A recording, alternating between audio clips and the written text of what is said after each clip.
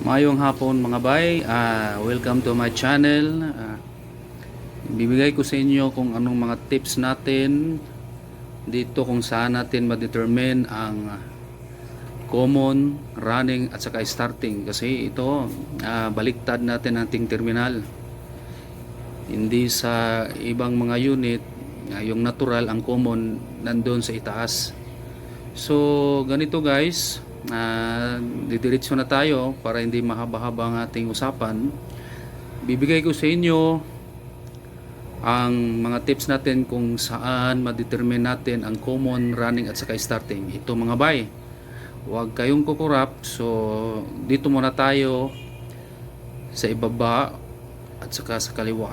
Check natin kung ilan ang marireading natin.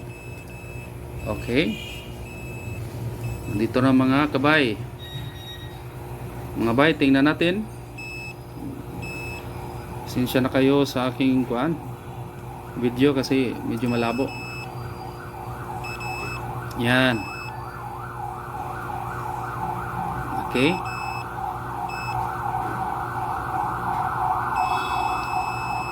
(16.0). Sige, itatali natin mga bay. 16.0. Ayun mga bay, tinali na natin. Sa kaliwa ang reading natin ay 16.0.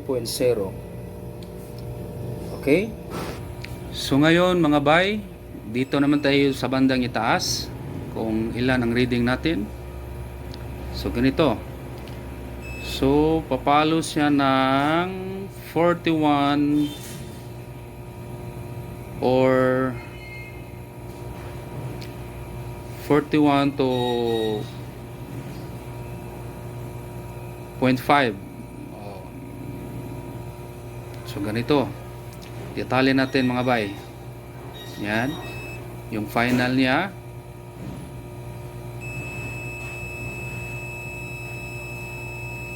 22.5. Okay, so ganito.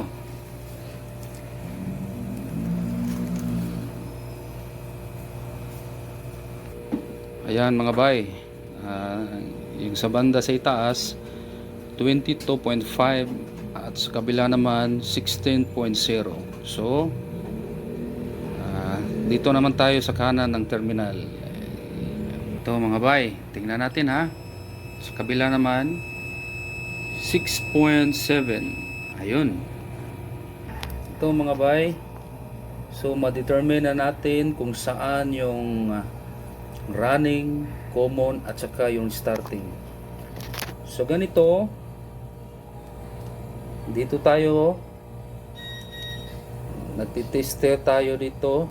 So yung hahanapin natin ang common, yung pinakamataas na resistance. So ito 22.5. so dito ang ating common. Okay, sa front niya ang reading natin is 22.5. dito ang ating common. Yan, common natin yan. Ayan mga bay, ito ang ating common.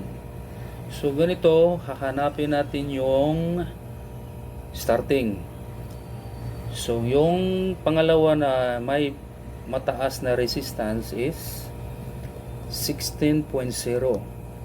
So yung sa front niya, dito ang ating starting mga bay.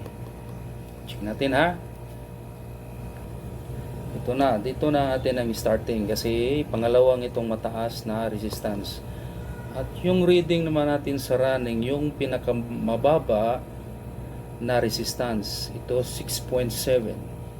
So dito ang ating running mga bay. Ayan mga bay, nakuha na natin kung saan ang starting, common at saka running. Simple lang, sa pamamagitan ng mga resistance natin.